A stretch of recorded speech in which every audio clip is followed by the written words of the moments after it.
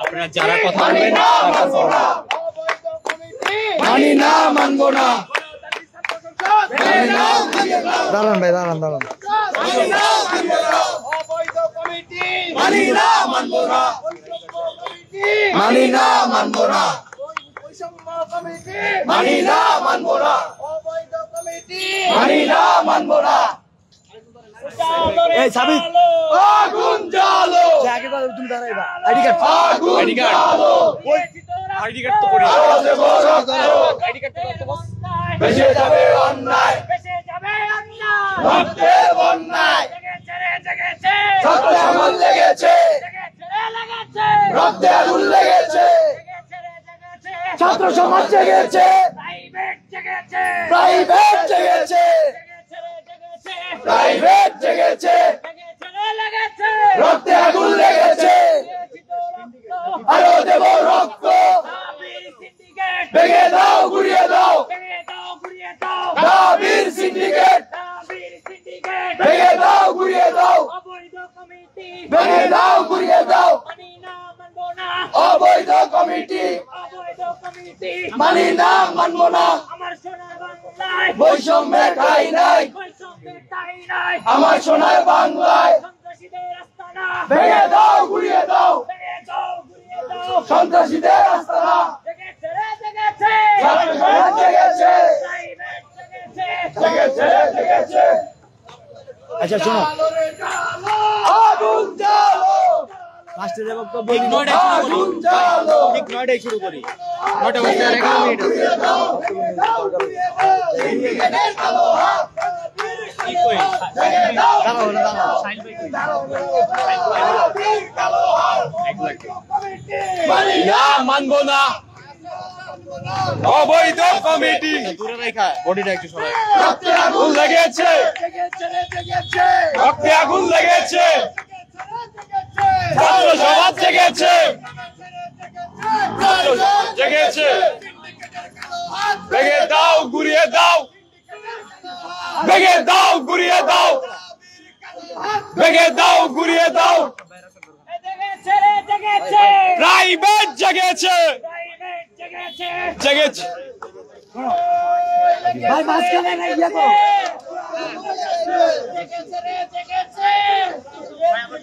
আর ওইটা কয়ে দাও কোনো কিছু করার পরে ঠিক চার্জিং কি মাস্টার ভাই করবেন চার্জিং মাস্টার ভাই করবেন নিচে নেইমা কথা বলবে। ঠিক আছে। যাই কথা কইবা একদম নিচে নেইমা। কনফিডেন্স আমরা আছি কনফিডেন্স আর সব পিছন থেকে ব্যাকগ্রাউন্ড সাউন্ড দিও হ্যাঁ বুঝলা তো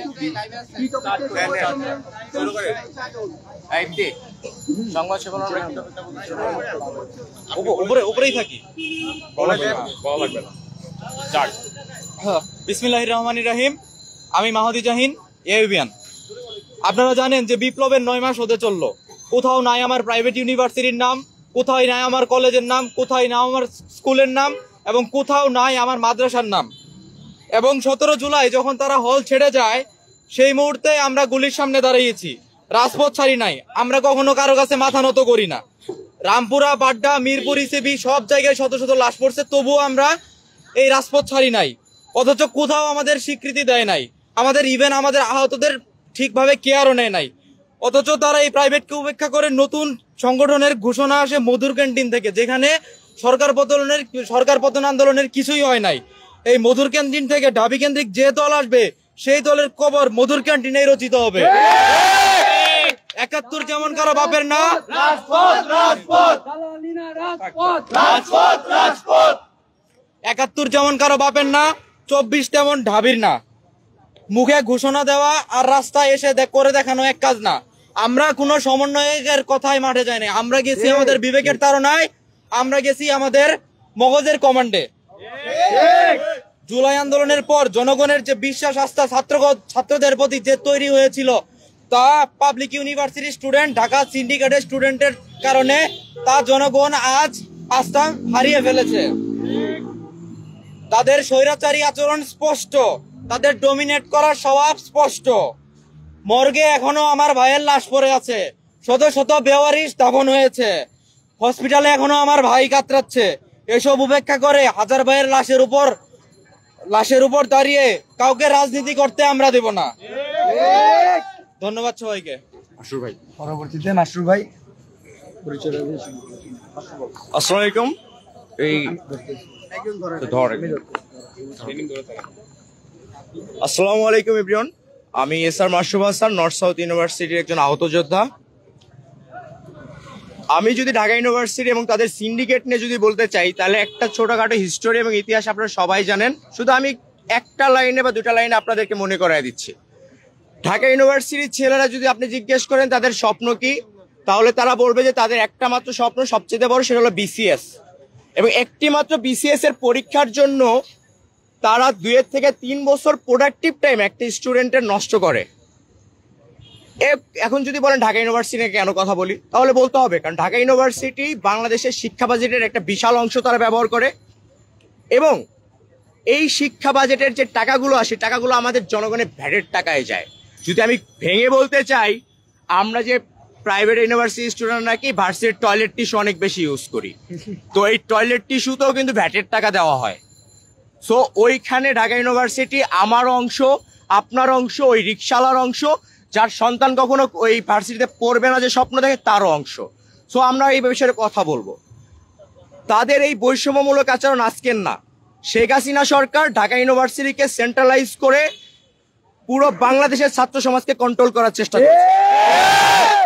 এবং সেই যে হিজেমনি, সেই যে বৈষম্য, সেই যে স্বৈরাচারী মনোভাব, আমার ছোট ভাই যেটি বলে গেল একটু আগে, সেটা তাদের মাঝ থেকে এখনো যায় নাই। কিভাবে যাবে? আপনারা যদি রিসেন্ট টাইমে 2022-23-এর কমিটিগুলো দেখেন ছাত্রলীগের ঢাকা ইউনিভার্সিটির, তাহলে আপনি দেখবেন প্রতিটা রুমে একটি করে ছাত্রলীগের নেতা পাওয়া যাবে। তো সেই নেতারা তো এখনো ঢাকা ইউনিভার্সিটিতে বিদ্যমান, এবং তাদের অবস্থাটা এতটাই খারাপ, 90-এর আন্দোলন পর্যন্ত তারা ক্রেডিট নেয়। তারা কিন্তু নিরাপদ সড়ক চাই আন্দোলনে যখন বাচ্চা বাচ্চা ছেলেদের সায়েন্স ল্যাবে মারা হইলো, তখন তারা নামে নাই। এই কোনো বিশ্ববিদ্যালয়ের স্টুডেন্ট ছিলাম না, তখন আমি সেই কলেজের স্টুডেন্ট ছিলাম, সেই নিরাপদ সড়ক চাই আন্দোলনের অংশ হিসেবে ছিলাম। আমাদের জন্য নেমেছিল প্রাইভেটের ইউনিভার্সিটি স্টুডেন্টরা, এবং তারা সেই ধারাটা ধরে রেখেছে। 24-এর আন্দোলনে পুরো বিজয়টা ছিঁড়ে নিয়ে এসেছে। সেইখানে ঢাকা ইউনিভার্সিটি 16 তারিখে নিজের স্বেচ্ছায় অর্ধেকের বেশি ছেলে পেলে পালায় গেছে। যদি আপনি এটা প্রমাণ চান, এটার প্রমাণ হচ্ছে ঢাকা ইউনিভার্সিটির হলগুলোর যে খাবারের লিস্ট এবং মিল লিস্ট, সেটার যদি সংখ্যা 15 তারিখের সাথে 16 তারিখ এবং 17 তারিখে মিলান, তাহলে আপনারা হিসাব এবং সবকিছু পেয়ে যাবেন। এবং ঢাকা ইউনিভার্সিটি যেহেতু জনগণের টাকা এবং সবচেয়ে বড় ইনভেস্টমেন্ট, তো আমাদের একটা ভালোবাসার জায়গা থাকে, ভালো লাগার জায়গা থাকে। তারা ভালো করুক, তারা আমাদেরকে এগিয়ে নিয়ে যাক, দেশকে নেতৃত্ব দিক। এই জন্য 24-এর আন্দোলনের পরে সারা বাংলাদেশ যখন একটি বিষয় এক, আমরা নতুন সোনার বাংলাদেশ গড়বই এবং গড়েই ছাড়বো। সেইখানে এই সিন্ডিকেট, যাদের স্বপ্ন বিসিএস পরীক্ষা দিয়ে চুরি করা, ধান্দাবাজি করা, বাস্তবতা দেখতে হবে। বাংলাদেশের সমস্যা কোথায়? বাংলাদেশের আপামর জনতার প্রধান সমস্যা দুর্নীতি, এবং সেই দুর্নীতির কালো থাবার সবচাইতে বড় কারণ আমাদের দুর্নীতিবাজ প্রশাসন। এবং সেই প্রশাসনের ঢাকা ইউনিভার্সিটির ছেলেরা নিজেরাই বলে সেই প্রশাসন নাকি তারা নিয়ন্ত্রণ করে। সো আপনার এখানে বলার বাকি থাকে না যে দুর্নীতি এবং সেই জায়গাগুলোতে তাদের স্বপ্ন। সো আমরা সেই জায়গাগুলোতে যেতে চাই না, আমরা আমাদের মতো বাস্তবতায় থাকতে চাই, আমরা আমাদের কাজ দিয়ে এগিয়ে যেতে চাই, আমরা আমাদের দেশকে সোনার বাংলাদেশ গড়তে চাই। সেই সোনার বাংলাদেশ গড়তে গেলে এই ঢাবি সিন্ডিকেট, এই অন্যান্য যারা বৈষম্যের নামে আমাদের বিরুদ্ধে গিয়ে, আমাদের সাধারণ মানুষের বিরুদ্ধে গিয়ে, আমাদের জনগণের বিরুদ্ধে গিয়ে তার নিজেদের স্বার্থ হাসিলের চেষ্টা করছে, তারা কখনোই সফল হতে পারবে না। তার আরেকটি নমুনা বলি, অর্থ মানুষকে নষ্ট করে, এবং তার বড় প্রমাণ আপনারা পাবেন কোথাও যদি অর্থ থাকে এবং যদি ধান্দাবাজ লোক থাকে, তারা সেই কাজ কখনো করতে পারে না। এবং সেই প্রমাণ ঢাবি সিন্ডিকেট বারবারই দিয়েছে। বন্যার টাকা বলেন, জুলাই ফাউন্ডেশনের টাকা বলেন, জুলাই আহতদের অবস্থা খুবই বাজে। ম্যাক্সিমাম জুলাই আহতদের খোঁজ খবর নেওয়া হয় না। আমাদের প্রাইভেটের আহতদের কথা বাদই দিলাম। আমরা দেখবো ইনশাল্লাহ, আমাদের নিজেরা দাঁড়াবো, আমরা নতুন বাংলাদেশ, সোনার বাংলাদেশ গড়বো। আসসালামু আলাইকুম সবাইকে।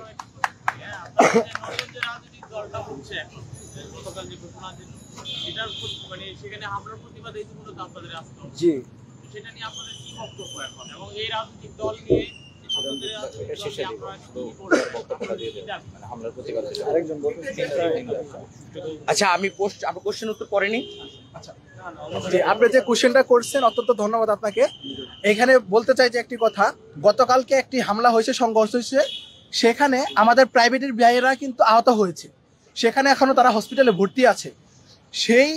তারা এখনো তাদের রক্তের দাগ না শুকায় নেয়, এবং কি তাদের যে হচ্ছে চিকিৎসা, সেই চিকিৎসার ব্যবস্থাও করা হয়নি, এবং তার বিচারের পূর্বেই তারা হচ্ছে কমিটি নিয়ে ক্ষমতার লোভে তারা হচ্ছে আজকে কমিটি প্রকাশ করছে। আচ্ছা, এই কোশ্চেন উত্তরটা আমি আপনাকে দিচ্ছি। যদি এই কোশ্চেনের উত্তরটা আপনাকে দিতে হয় তাহলে আমি এইভাবে দিতে চাই।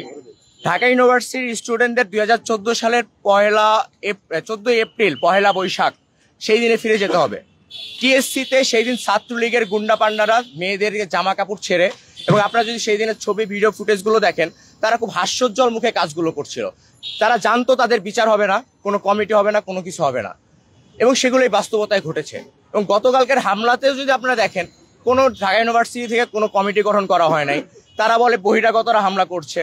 বহিরাগত হোক, যেই হোক, সেটা ঢাকা ইউনিভার্সিটির ইন্টারনাল বিষয়। ঢাকা ইউনিভার্সিটির একটা কমিটি করা গঠন ছিল, সেখানে তারা নতুন দল করে, গতকাল দল করে আজকেই তারা যে মবটা করেছে, সেই মবের বিপক্ষে যে তারা নিজেরা কমিটি গঠন করেছে, তদন্ত কমিটি।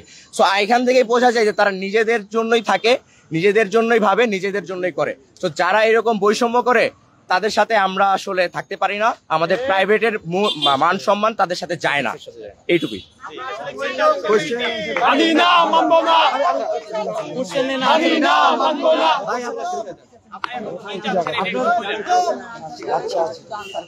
আপনার কোশ্চেনের অ্যানসারটা ভাই দিচ্ছে।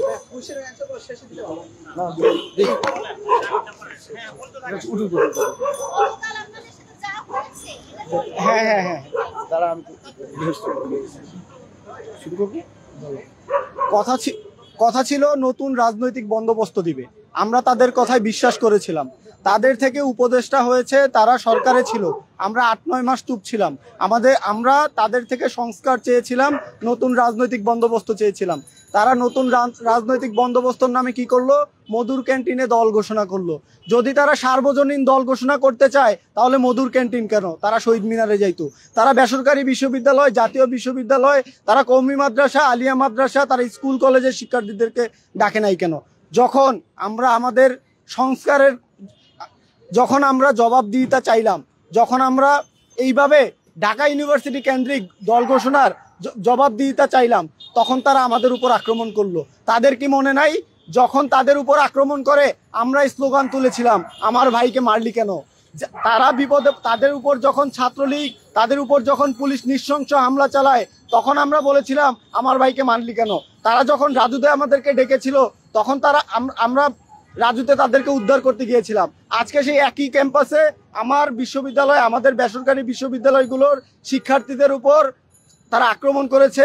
তারা আমাদের মেয়ে স্টুডেন্টদের লাঞ্ছিত করেছে।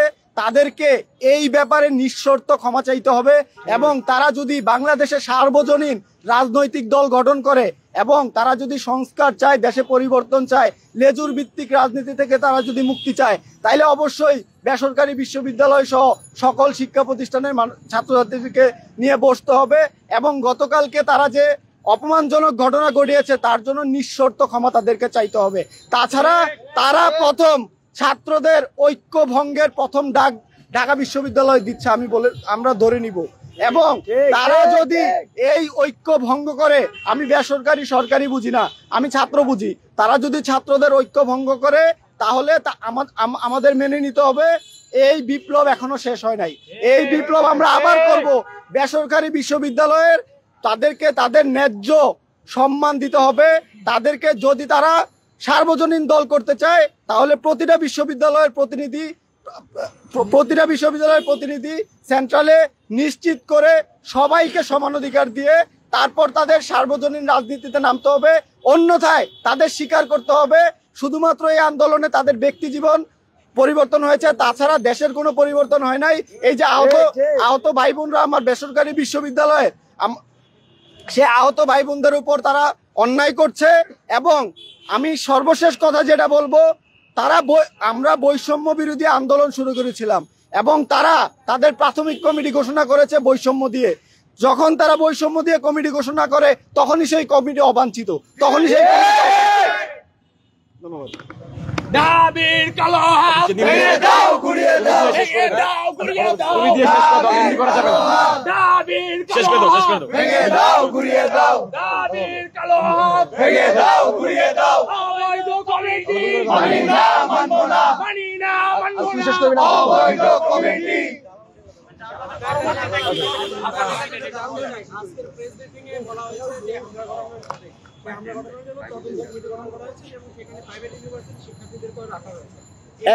একজন প্রাইভেট রাখা হয়েছে, 2 জন পাবলিকের। আমি এই ব্যাপারে কোশ্চেনে আপনাকে উত্তর দিয়েছিলাম যে তারা গতকাল দল গঠন করে আজকে তদন্ত কমিটি গঠন করছে এবং সেই কমিটিতে একজন ছেলে তাদেরই কমিটিতে বেসরকারি থেকে পাইটু নিয়ে গেছে। সে বলতেছে যে আমরা এই বিষয়টা নিয়ে আমরা ভুল বোঝাবুঝি সলিউশন করে নিছি, আমরা মাপ চাই। ভাই, আমাদের বোনের চিরনতা হানি যেই করুক, যেভাবে করুক, বাংলাদেশের কোনো নারীর চিরনতা হানি আমরা কখনো মেনে নেইনি, কখনো মেনে নিবও না এবং এটা মেনে নেওয়ার মতো বিষয় না। কিন্তু এই কথা তো সেখানেই তদন্ত কমিটি গঠন করবে ঢাকা ইউনিভার্সিটির অথরিটি, সেখানে টিচার থাকবে, তাদের কমিটির লোকজন থাকবে, তারা কাজগুলো করবে। স্টুডেন্টরা যদি যাদের বিরুদ্ধে অ্যালিগেশনস আছে যে তারা এই মবের সাথে যুক্ত ছিল, তারাই যদি কমিটি গঠন করে, তাহলে আসলে এখানে কত বড় স্বৈরাচার থাকতে পারে আসলে এখানে আপনারাই বিচার করুন।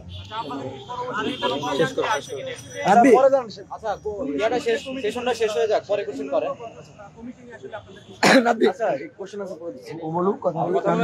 কথা বলা শেষ হোক, তারপরে কোশ্চেন আনসারটা শুরু করো। আচ্ছা, ভাইয়া যে কোয়েশ্চেনটা করছিল যে আপনি মানে বলতেছিলেন যে রাজনৈতিক কমিটি যে গঠন হয়েছে এটা নিয়ে আমাদের মন্তব্যটা কি। আসলে আমরা মনে করি এই রাজনৈতিক কমিটি এখন কেন গঠন হচ্ছে, দেশের কি পরিস্থিতি এখন ভালো তো না দেশে এখন আমাদের যে সহযোদ্ধা যারা আছেন তাদেরকে আমি মন্তব্য করতে দেখিনি। ধর্ষণ যে হয়েছে কয়দিন আগে, যে বাসে যে ধর্ষণ, এটা নিয়ে কোনো মন্তব্য করতে দেখিনি। চাঁদাবাজি, তারপরে যে ছিনতাইকারী, এটা নিয়ে কোনো মন্তব্য করতে দেখিনি। তারা কি নিয়ে ব্যস্ত? তারা ব্যস্ত হচ্ছে গিয়ে নতুন কমিটি, নতুন পদ, একটার পর একটা এলাকা ভিত্তিক কমিটি হইতে থাকে, একটার পর একটা জেলা ভিত্তিক কমিটি হইতে থাকে। এটা কাজটা কি অ্যাকচুয়ালি? এটা যদি কোনো কাজ না থাকে, কমিটি তো করে কোনো লাভ হচ্ছে না। এটা তো মনে করেন স্বেচ্ছাসেবক কমিটি হইলে তাহলে স্বেচ্ছাসেবক কাজ করে দেখান, তাই না?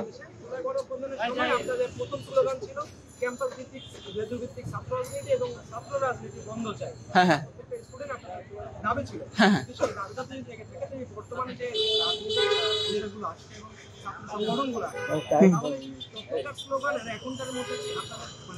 দেখেন, আমরা কিন্তু আমার ক্যাম্পাসে কথা বলি, আমি একজন সমন্বয়ক।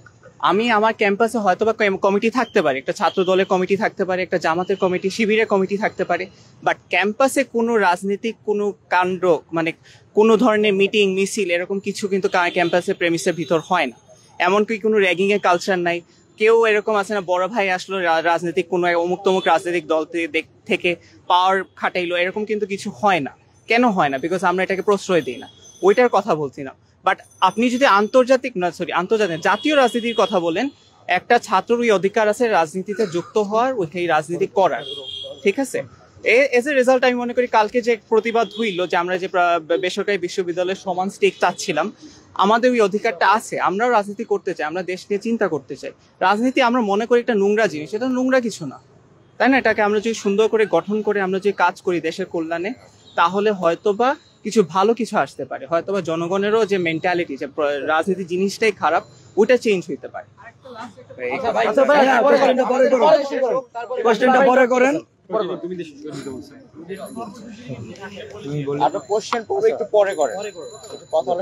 মূলত আসসালামু আলাইকুম, আমি মোহাম্মদ সাহেল শেখ জেনিম, ইন্ডিপেন্ডেন্ট ইউনিভার্সিটির একজন সাধারণ ছাত্র এবং ভাই 24-এর গণ অভ্যুত্থানের একজন যোদ্ধা।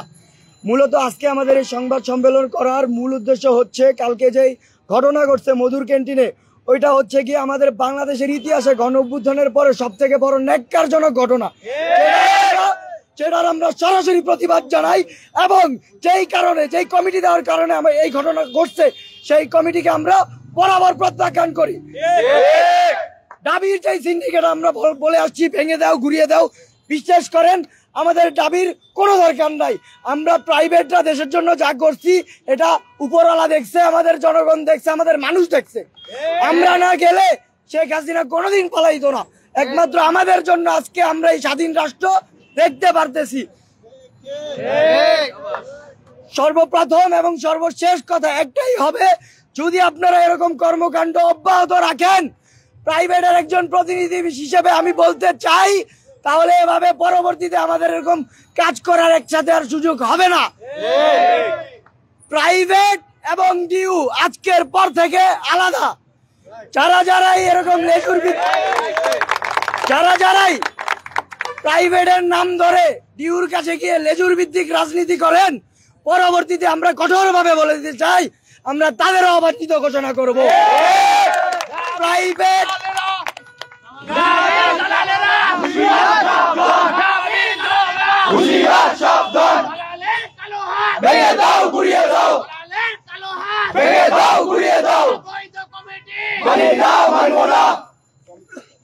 শেষমেশ একটা কথাই বলতে চাই, বেশি বাড়াবো না। আপনারা যদি আমাদের সাথে কাজ করতে চান, কাঁধে কাঁধে কাঁধ মিলিয়ে কাজ করতে আমরা রাজি, কিন্তু আপনাদের পিছনে থেকে চাটুকারিতা করে আমরা ভাই আপনাদের সাথে যাব না। প্রাইভেট নিজেদের স্টেক ভাইয়া ছাড়বে না। আপনারা যদি পারেন আপনারা আমাদের কাছে আসেন, আমরা রাজুতে যাচ্ছি না, শাহবাগ যাচ্ছি না।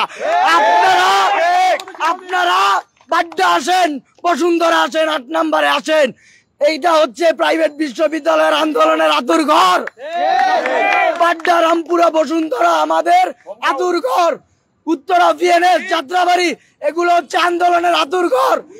এই জায়গার বিপ্লবীদের বাদ দিয়ে আপনারা যে কমিটি করতেছেন 2-3 দিন পর পর, আমরা এগুলা মানি না ভাই। আমরা এগুলো সরাসরি প্রত্যাখ্যান করলাম। আপনারা কমিটি দেওয়ার কেউ না, আপনারা নির্ধারণ করার কেউ না। প্রাইভেট কারো যদি দরকার হয় আমরা খোলা, উই আর ওপেন, আপনারা আসতে পারেন। ধন্যবাদ।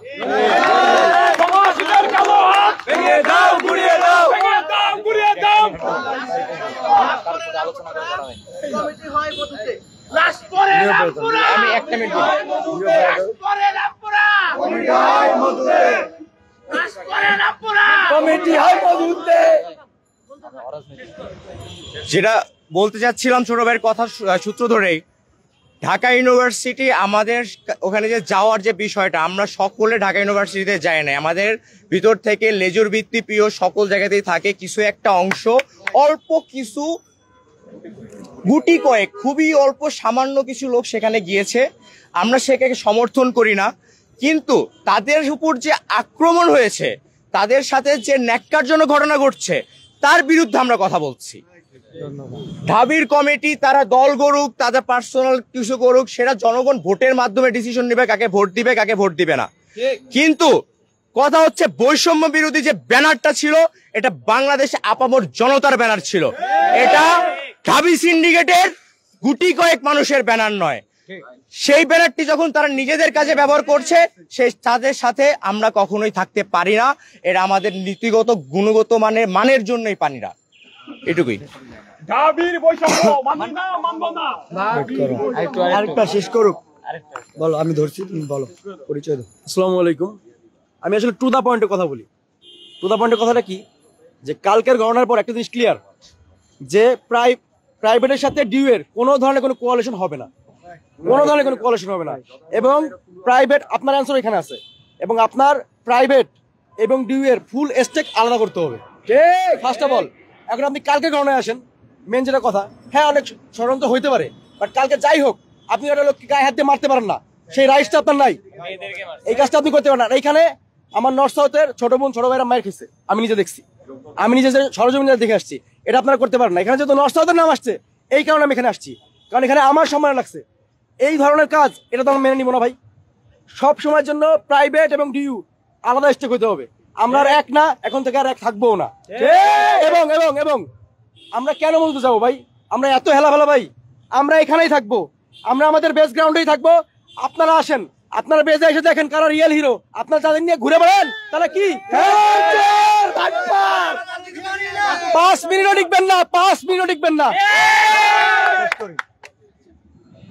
আমি বেসরকারি বিশ্ববিদ্যালয়ের পক্ষ হতে আপনাদের পাবলিকের এবং যারা যারা ডিসিশন মেকার, যারা উপরে বসে ডিসিশন মেক করতেছেন, ওনাদেরকে সরাসরি বলতে চাই এই ঘটনার সঠিক তদন্ত এবং সেই সাথে 24 ঘন্টার মধ্যে আপনাদেরকে গণক্ষমা চাইতে হবে আমাদের কাছে, আমাদের বেসরকারি বিশ্ববিদ্যালয়ের ছাত্র ছাত্রীদের কাছে, আমাদের সেই বোনগুলার কাছে, সেই ভাইগুলার কাছে, যারা হেনস্থা করছে তাদের সকলকে আইনের আওতায় আনতে হবে।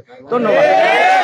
এই সর্বোপরি কথা এখানে এসে কথা বলতে হবে। এবং আমরা ঢাবিতে যাব না, রাজুতে যাব না, শাহবাগ যাব না, আপনারা এখানে আসবেন এবং আপনারা আসতে বাধ্য। We are concern about our country. ধন্যবাদ।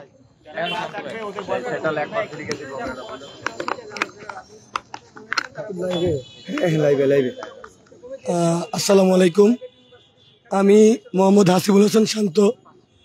প্রথমবার আমি ক্যামেরার সামনে আসলাম। সত্যি কথা বলতে কি, আমরা সবসময় ক্যামেরার পিছনেই থাকি। 17 বছরও ক্যামেরার পিছনে ছিলাম, 5 আগস্টের পরে ক্যামেরার পিছনেই আছি। আসলে নিজেরই খারাপ লাগতেছে, সামনে আসতে হইলো। তো অনেক কষ্ট, মনে আসলে অনেক কষ্ট, অনেক ব্যথা নিয়ে এখানে দাঁড়াইছি। আমার কথা বলার মতো অবস্থা নাই, তা বলতে হচ্ছে। খুব খারাপ লাগছে কালকে যখন শুনছি আমার ইউনিভার্সিটির, আমার নিজের কাছের ছোট ভাই ছোট বোনরা মাইর খেয়েছে ঢাকা ইউনিভার্সিটি গিয়ে, রাজুতে গিয়ে, মধুর ক্যান্টিনে গিয়ে। যেই মধুর ক্যান্টিন সবচেয়ে সিকিউর প্লেস ধরা হয় ঢাকা ইউনিভার্সিটির, সেই জায়গা থেকে তারা মাইর খেয়েছে। আসলে এখন পর্যন্ত এটা মেনে নিতে পারতেছি না। আমরা গেছিলাম কালকে ফিজিক্যালি, ওখানে গেছিলাম অনেক কাজ থাকা সত্ত্বেও। যাওয়ার পর যাক, আমরা তো আসলে ভাই আর বসতি না, গিয়ে যে হাউকাউ করবো। সিচুয়েশন বুঝে চলে আসছি, বুঝছি যে না, ওখানে গিয়ে আমাদের হাউকাউ করাটা, ঝামেলা করাটা ঠিক হবে না। তাহলে তার ওদের আমাদের মধ্যে পার্থক্য থাকলো না। সর্বোপরি বিষয় হচ্ছে এটা, খুব দুঃখ পারাক্রান্ত মন নিয়ে বলতেছি, কারণ আমরা না কখনো ডিভাইডেশন চাই নাই, সবসময় চাইছি একসাথে থাকতে। স্টুডেন্ট, সেটার মধ্যে আবার প্রাইভেট আর পাবলিক কি, স্টুডেন্ট তো স্টুডেন্টই। কিন্তু যেহেতু আপনারা এই ডিভাইডেশন শুরু করছেন, আপনারা means Dhaka university, sorry to say, আপনাদেরকে প্রাচ্যের অক্সফোর্ড বলা হয়, কিন্তু আপনারা ওই স্ট্যান্ডার্ড কখনোই ধরে রাখতে পারেন নাই। সেটা পড়াশোনার ক্ষেত্রেও পারেন নাই, রাজনীতিতেও পারেন নাই। আপনাদের ক্যাপাবিলিটি আমরা দেখছি, আমরা বুঝে গেছি। লেজুর ভিত্তিক রাজনীতি আগের দলগুলো করছে, আপনারাও করতেছেন। সো এই যে নতুন দল বা নতুন যাই আসতেছে, আপনারা ওই সেই গতানুগতিক রাজনীতির বাইরে আপনারা না, নতুন কোনো কিছু, নতুন কোনো ভাইব আপনারা আমাদেরকে দিতে পারেন নাই। সেই জন্যই আজকে এই কাহিনী। আর সবচেয়ে বড় বিষয় হচ্ছে এই যে জুলাই বিপ্লব, সেটা কেন্দ্র কি নিয়ে শুরু হয়েছে আমরা যতটুকু জানি, সেটা হচ্ছে ডিসক্রিমিনেশনকে নিয়ে কেন্দ্র করে শুরু হয়েছে। তাহলে আপনারা কি করতেছেন? স্টিল আপনারা ডিসক্রিমিনেশনের প্র্যাকটিস করতেছেন, যেটা কোনোভাবেই কাম্য না। আমি পার্সোনালি একজন কনসার্ন সিটিজেন, আমি এটা কখনোই মানবো না। আমি আপনাদের বিরুদ্ধে যাব, একলা হইলে একলা, আমার নিজের স্টেকের দরকার নাই। কিন্তু আমার যে ছোট ভাই বোনরা যোদ্ধা, যারা বুলেট খাইছে, যারা রাস্তা কাঁপাইছে, যারা দিনের পর দিন 2015 সাল থেকে আন্দোলন করে আসতেছে, তারা যদি স্টেকের জন্য যায়, আপনারা যদি তাদেরকে স্টেক না দিতে চান, তাইলে আমি এবং আমার ইউনিভার্সিটি, ইভেন পুরো প্রাইভেট, কেউ আপনাদের সাথে থাকবে না। আর প্রাইভেট ইউনিভার্সিটির আন্দোলনের আতুরঘর, আমি এখন দাঁড়িয়ে আছি নরসদের 8 নম্বর গেট। আমরা এই জায়গা ছেড়ে কোথাও যাব না। যে কোনো সিদ্ধান্ত হবে এখান থেকে হবে, আমরা এখান থেকে সিদ্ধান্ত দিব। আমরা যে কোনো কিছু করতে পারবো এখান থেকে, কনফিডেন্টলি বলতেছি, বুকে হাত থেকে বলতেছি। আমরা চাটুকার না, আমরা কেন দালালিও করতে পারবো না। আমরা নর্থ সাউথ ইউনিভার্সিটি, আমরা প্রাইভেট ইউনিভার্সিটির সাথে আমরা আছি। এইটা বসুন্ধরা আবাসিক এলাকা, এখানে নর্থ সাউথ, আইইউবি, এআইইউবি, পাশাপাশি আমাদের ইউআইইউ আছে, ডিআইইউ আছে, ইউআইটিএস আছে, উত্তর ইউনিভার্সিটি গুলো আছে। আপনারা চাইলে আমাদের এটাকে আস্থার জায়গা মনে করে এখানে আসতে পারেন, আমরা এখানে বসে ডিসিশন মেকিং করবো। এই বলে আমি আমার কথা শেষ করতেছি। খুব কষ্ট হয়েছে, তাও বলছি। আল্লাহ হাফেজ।